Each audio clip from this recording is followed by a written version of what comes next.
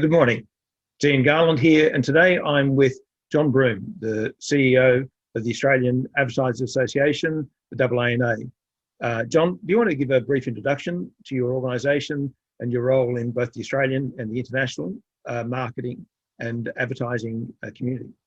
Yes, good morning. Good morning, Ian. Thanks very much for inviting me along today. Yeah, look, the AANA, as much as we like to think marketing is a very, very modern profession, we've actually been around since 1928, so over 90 years representing advertisers in Australia. We are a team of 9 people, and we, unlike other advertiser industry associations overseas, we actually do have one very unique role in addition to the normal representation roles.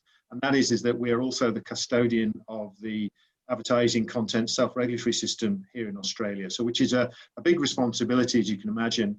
Obviously, we do this on behalf of advertisers, but also the broader industry who all benefit from having a successful self-regulatory system. So within the team, I've got code writers who manage that. And we also are the sole member of Ad Standards, which is the complaints handling body, which is essentially a separate division of the AANA, and kept at arm's length, obviously, because we're not marking our own homework. Complaints are handled by members of the public.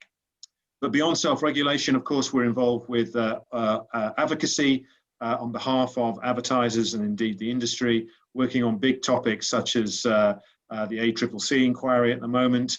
But also, we're very strong proponents of what we call professionalizing the marketing community. So we bring capability to our members, we have training programs, and also we are big in the best practice space, and we work with our industry partners at the MFA and the IAB and other associations to bring those best practices to members. Thank you. The last 12 months have been challenging for advertisers globally with the pandemic. What do you think the biggest challenges confronting your membership and the stakeholders now and into the near future? We're in a lucky position here in Australia, I think, compared to many markets globally.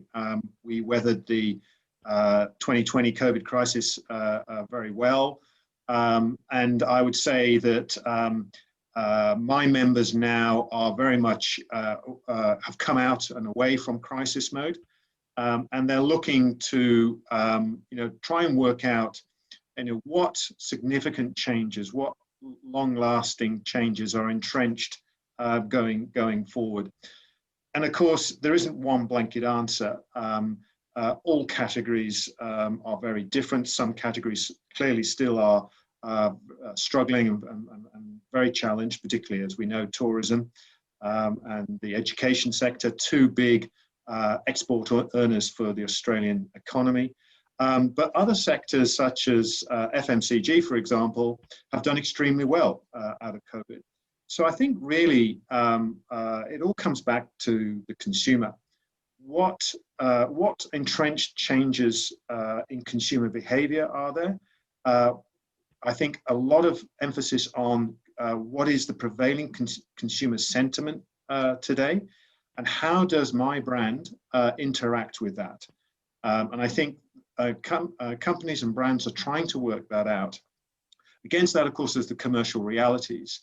I think we've gone from where we were, multiple scenario modeling because we just didn't know what the immediate future was going to present, into a more not necessarily predictable future, but one where we can certainly look towards the medium term and plan and execute with more confidence. I think one of the messages that I am hearing from members, and it may be particular to Australia, but I guess there will be other markets in a similar boat, is a question around supply. Australia, is part of the global economy. Supply is, sourced. A lot of sectors do source supply for product overseas, and global supply chains, of course, have been massively disrupted. So there's a huge increase in cost. There's a huge increase in timelines for supply chains. And I think it's going to be very interesting for many locally based companies to decide, do we bring manufacturing back on shore? I'll give you a great example. The car industry right now is actually, I think, benefiting from most probably from putting up prices because supply is so constrained at the moment, and they can basically afford to do that. And we've seen the rebound effect on the second-hand car market, which has seen a massive increase in price there as well. So lots of different things going on, but I do think it, for marketers, it all comes back to understanding consumer sentiment and where that is. Well, given the changes in the last 12 months, do you think your members have shown a propensity for a dramatic change in messaging and the channels used? Clearly, work from home has been a big behavioural change. Are they using different strategies or different approaches, different measures or means to reaching those consumers? I would, with the benefit of hindsight now, say that the trend that we already lived with pre-COVID around the role of e-commerce and digital taking up a bigger portion of the pie has just been accelerated, right? And I think it's been a good thing. I think, marketers have learned an awful lot very quickly in the past 12 months. And they're now, very comfortable with, the risk profile and the change that brings. However, at the end of the day, I think when we look back in 2 to 3 years' time, the fundamentals will still be true. We will still need a balance of long and short term, and we will need a multi-channel strategy. Some of the the old famous expressions, TV is dead. Well, that's just clearly is not true. Different forms of TV, are thriving, as we all know, and marketers need to adapt to that. And indeed, we see the sell side adapting to that very, very well. So I think on the whole, again, it's been a good thing. Marketers have found new channels of distribution through e-commerce. They are, integrating their strategies a lot more effectively as a result of the acceleration that we've seen. So I think at the end of the day, it's a positive picture, certainly here in Australia. John, we've had a couple of conversations at a conference most recently, and then I've had other conversations with advertisers. I think it's probably fair to say that TV, particularly the last quarter of last year, had quite the purple patch. Full advertising loads running into Christmas and the new year. They've continued on. While at the same time, we've seen some of the digital platforms under serious threat. The Australian government inquiry and enforcing payment by organisations for news content, as was recently agreed between the platforms and the major news companies in Australia, is just one example. Probably more importantly, the Australian Competitions Commission has recently released a white paper and sought opinions on the role of the digital advertising marketplace. Some of the recommendations, there's 6 in total, are really quite profound, and they include things like challenging whether platforms could use scanning of emails to derive insights into consumer behaviour that could then be used in advertising targeting. Does the AANA have an opinion on this? And what do you think about the government getting involved with what's been a free market up until now? What advertisers share is, when it comes to all channels, is they need trust and confidence in the channel, particularly around the user experience. Because, if consumers are worried, in the consumption of a particular channel, then it's not a great environment to advertise your brand.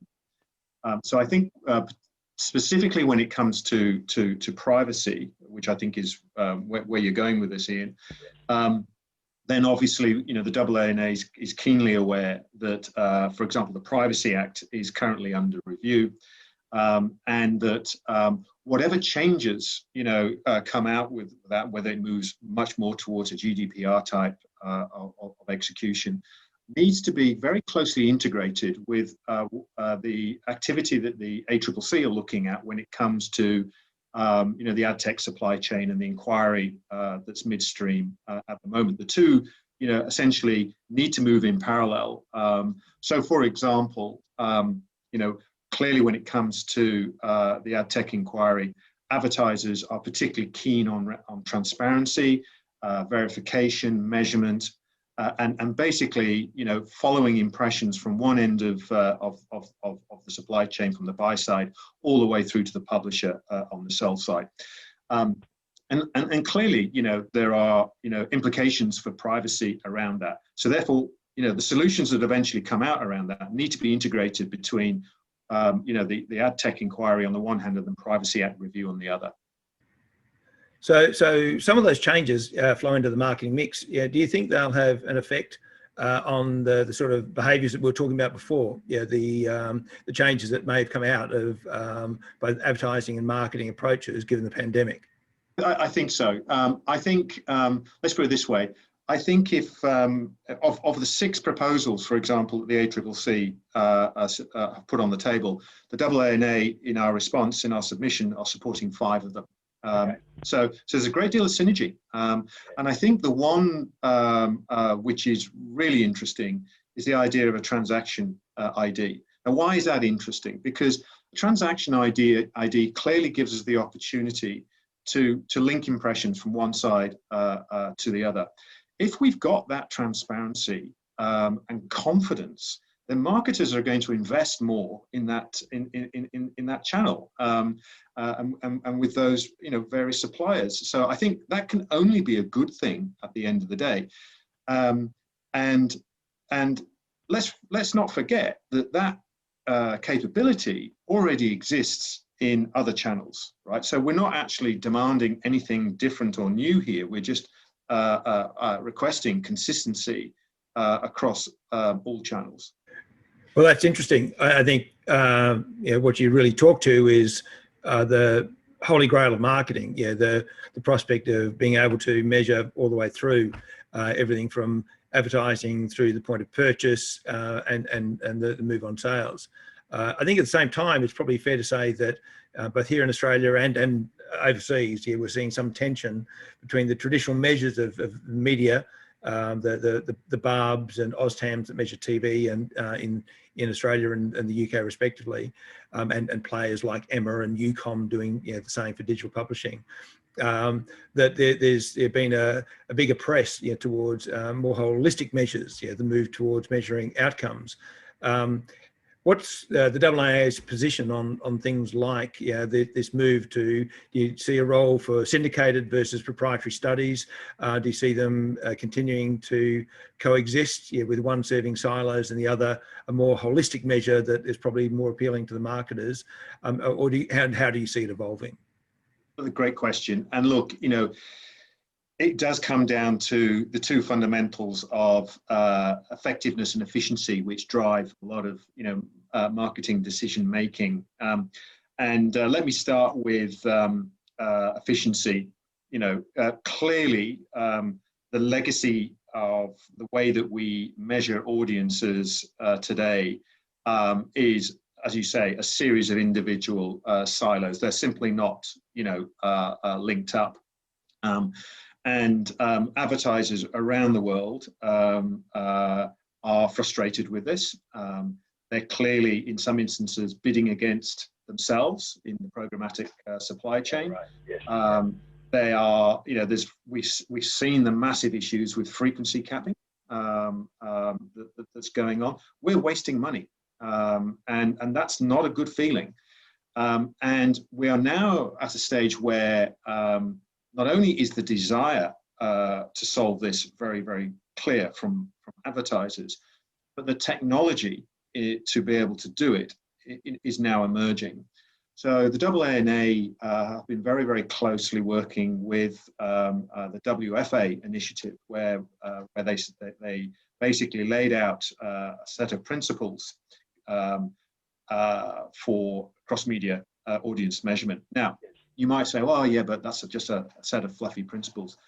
No, it isn't, because in order to get to those principles, there were some key global players, not just advertisers involved with that discussion, but also sell-side players, including the digital platforms and so forth. And what's clear is that the great value of having a set of principles which then help guide execution at a market level is that we don't reinvent the wheel 26 times or 50 times or whatever it is. If there's a guiding set of principles and way of doing things, then it allows each market to basically apply those so that the global players are satisfied that they're not going to have lots of different systems to work with, but still allows enough room for that market to optimize to their local conditions. And that's what we are very interested in. But we have to do it in a measured and careful way, because there's so much that could go wrong with this. And indeed, it has been attempted in the past. So that's why the AANA is very, very keen on working with ISBA in this instance and their Origin project, which is well beyond a piece of paper now. And I understand that later this year they will be going into beta testing, and next calendar year potentially into scale up. Now that's starting with all forms of video and digital advertising.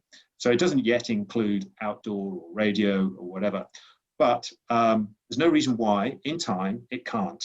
So I think there's a great opportunity here for markets around the world, not just Australia, to look at the couple of pilots. There's another one going on in the US as well, I understand, to actually see how that model, that proof of concept, let's put it that way, could have value and application here in Australia. So we are keeping very, very close to that. And at the appropriate stage, we will engage with the broader industry here in Australia to actually share that and look at the implications and opportunities for our market. But it will go beyond just the technical solution. Right. It will go to governance. It will go to funding, and all those key things, structural things that need to happen in order to make a technical solution work. Over the years, there's been a large number of attempts at various cross-media measures, probably going back to the 1920s when someone was interested in knowing the effect of radio and outdoor advertising together, as a speculation. But I think that, in my experience, working both in Australia and internationally, any of these sorts of initiatives are typically founded on one or both of two things: funding and vested interest. How's it different this time? And we'd be naive to think that those issues simply don't exist. They do, and I totally empathise with it. I totally understand. There's a lot of money at stake here. At the end of the day, let's take Oztown, the equivalent of Barb here in Australia. There are media companies, media owners whose share price is directly linked to ratings outcomes. At the end of the day. So there's a huge amount at stake, but I think equally, as much as media owners need to protect their businesses, they need to think about how they're going to grow going forward. And of course, innovation, competition, play huge, roles in that. And I think, here, particularly here in Australia, we've got very vibrant media channels. Each of them are innovating in their own way and responding to that challenge. Outdoor is a classic example in terms of the digitization that's going on there. Programmatic buying of outdoor. All this is very real today. And I think it comes down to where there's a will, there's a way. And the danger of not actually having a positive will in all this is that you could get left behind, you could get excluded, and the train might have left town, and it then becomes doubly hard to, if you're not on that train, to then say, whoa, hold on, what about me? Look at my value, because if you're not connected, if you're not integrated within that, advertiser-led initiative, that you're not meeting that advertiser need, then you're ignoring the market. You've touched on the programmatic aspect of outdoor, and indeed over the last 10 years, yeah, there's been growth of a whole suite of programmatic marketplaces. Indeed, if you talk to some of the agency environments, yeah, there's been speculation that most of the main media might move to trading like the stock exchange. I think that's probably unlikely for a couple of reasons. There are still media with limited supply, broadcast, television. Yeah, there's only so many minutes of commercial inventory that they can sell each hour. Print is constrained by the physical aspect of it. While I guess in theory, digital is unlimited, it's really constrained by the attention economy and the 1,440 minutes that we're given each day. It's funny though, in light of all of that, both the AANA and PwC in the UK recently reviewed the programmatic supply chain and found very similar weaknesses in both places. It seems to me that as we've moved to this digital evolution, there's issues like you touched on advertisers bidding against themselves. How do we improve that? Is this something the AANA has to look at, and how does it achieve these outcomes of improving that process? Is it about better stewardship of the agencies? Is it about controlling the supply side, the media, and better management of that directly by the advertisers, or is it some combination of them both? And it's one I've pondered and thought about a lot over the last 3 or 4 years, because I think when transparency first reared its head a few years ago, 3 or 4 years ago, the default position was to blame everyone else, to blame the agencies, to blame the suppliers in the ad tech supply chain. But you know what? It actually starts with the marketer, right? It starts with us, and it starts with educating ourselves around how does this really work? Where are the risks? What do I need to be aware of? How do I mitigate, the potential pitfalls? How do I skill up in those processes? And then translate that into a meaningful conversation with your suppliers, right? Be it the media agency, be it your trade desk, or even an in-house, platform, because only when you actually have conversations around, I want these brand safety measures in place, or I want to be able to verify, or I want to be able to link data, across suppliers in the supply chain for these reasons, whatever they happen to be. Only when the marketer takes control of those conversations will the partners in the supply chain actually sit up and listen and start to do it. And I think one of the things that we found, more kind of like a subjective finding, let's put it that way, in the recent AANA MMI test, which is just, I have to stress, it was a limited test involving 3 major brands, albeit over 120 million impressions, was that there was a lot of proxying going on. There was a lot of kind of like assumption that my agency is onto that, right? Without necessarily taking ownership and being accountable back in the marketing team for it. Now, I know what's going to happen now. My phone's going to start ringing and say, well, yeah, but John, we do, but this was quite clear. So what do we do about it? Well, it does come down to education and starting with a marketer. And I think the work that we've done recently with the IAB and the MFA, working together as an industry across that whole supply chain and saying, look, everyone here says education is absolutely key. How do we define what digital advertising best practices are so that marketers can pick those up and have that conversation with their agency partners? Because every marketer's situation is unique and different. There's no one blanket approach. But if verification or audit, for example, is important to you as a marketer, then put it into your media contracts.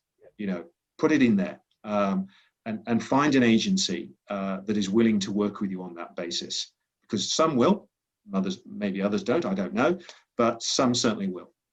It's interesting that you should mention the IAB and the MFA, which the MFA being the peak body for the media buyers in the Australian context, because for people who don't know the AANA, you spend a lot of time building training courses for marketers, both junior and mid-level. Is that because there's been a failure? You mentioned the universities, a particular strength of the Australian economy, yet clearly there's some gap in the knowledge of those executives. Is it because the universities aren't training them, or is it you're seeking skills that you really can't get until you get into a job, like the stewardship role that we were talking about before? I think a lot of senior marketers have been feeling this for a long time. And when we were conducting, this was about 3 years ago now, when we were conducting a review of our own value proposition to our members, what came out loud and clear around that was frustration from CMOs around how do you describe it? Best describe it, the declining level of capability, practical marketing capability, right? Not theory, not university stuff, but hands-on handling of tools amongst their, teams. And look, when I was in the chair at Kellogg's and Unilever, I noticed this too. But being a bit of an old grey hair in the industry, I benefited in my youth, my early days, from really structured marketing training programs that took that learning, that theoretical learning that I received in business courses at uni, into practical hands-on tools in the workplace. But certainly here in Australia, maybe I don't know whether it's true overseas, but we've seen a massive culling of training budgets. It's an overhead. It's easy for a red pen to go through it. And as a result, I'll give you a classic symptom. I had one CMO say to me, John, I am frustrated with the amount of time I have to rewrite communication briefs in order to get something that is worthy of challenging my agency partners with. So we sat back and we said, okay, what is the AANA's role in improving marketing capability? Because let's face it, there are a lot of suppliers, in the marketplace offering great training programs. Some of them offering great, technical training programs. So therefore, how could we add value? It came back really to a specific need around establishing the core fundamentals of marketing amongst junior to middle marketers. Understanding what an insight is. A lot of talk about data, but an observation out of data is not an insight. So how do you get to an insight that's a springboard for growth? Really fundamental skill. Secondly, what is a brand proposition? How do you develop a brand proposition? How do you then translate that brand proposition, into brand storytelling and making it a compelling and relevant idea that consumers want to engage with? That is an art and it's a science, and it can be trained, it can be taught. And then lastly, how do you know it worked? Because increasingly what's happening now is that, well, everywhere is that boardrooms, leadership rooms want to know that it's been a worthwhile investment. And it's no point, a marketer, whether a junior marketer or a senior marketer, going into a boardroom and saying, oh, look at my awareness scores or look at my attribution rates or whatever. They actually have to translate it through into the P&L and the commercial realities and saying, the return on the dollar was X. That's what we set ourselves as a target.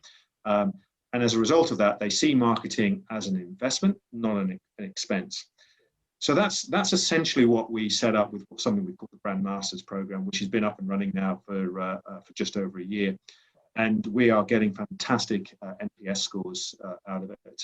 And it's really boosted our own, I think, relevance, to our members and our value proposition to members too.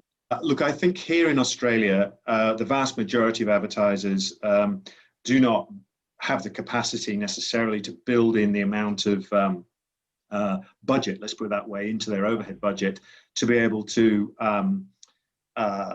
satisfy this need. Some companies are much better than others. I see it right across our members, and it's not a blanket truth. But I think the proposition that we can give members is that because we don't essentially charge market rates for our training, it's all part of the membership fee. So there's a kind of like value proposition there that's unique to an association. It's a 2-for-1 deal essentially.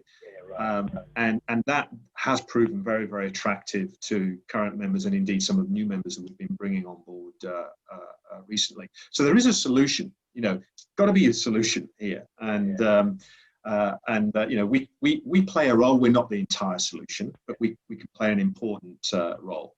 And I think the other thing as well is that advertisers or members have been very happy that it's a capability solution that's by marketers for marketers. There's no hidden agenda here.